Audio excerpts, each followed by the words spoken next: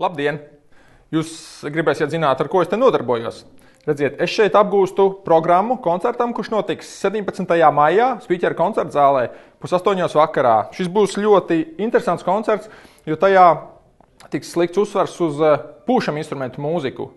Uz mūziku, pūšam instrumentu ansambļiem, lieliem ansambļiem, kuru ir sakomponējuši Mocarts, Brāms un Žans Fransē.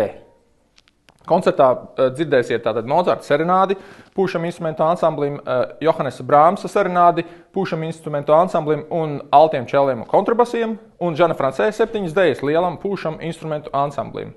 Kas ir īpašs saistībā ar šo koncertu?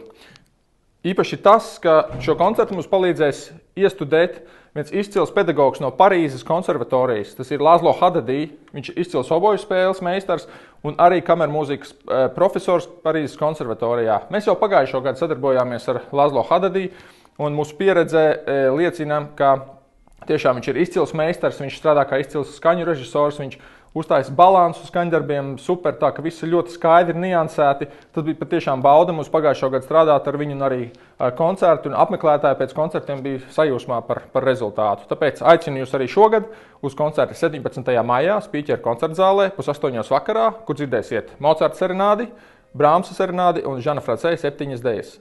Simfonēta Rīga, pūšam instrumentu ansambļi. Es turpināšu apgūt programmu.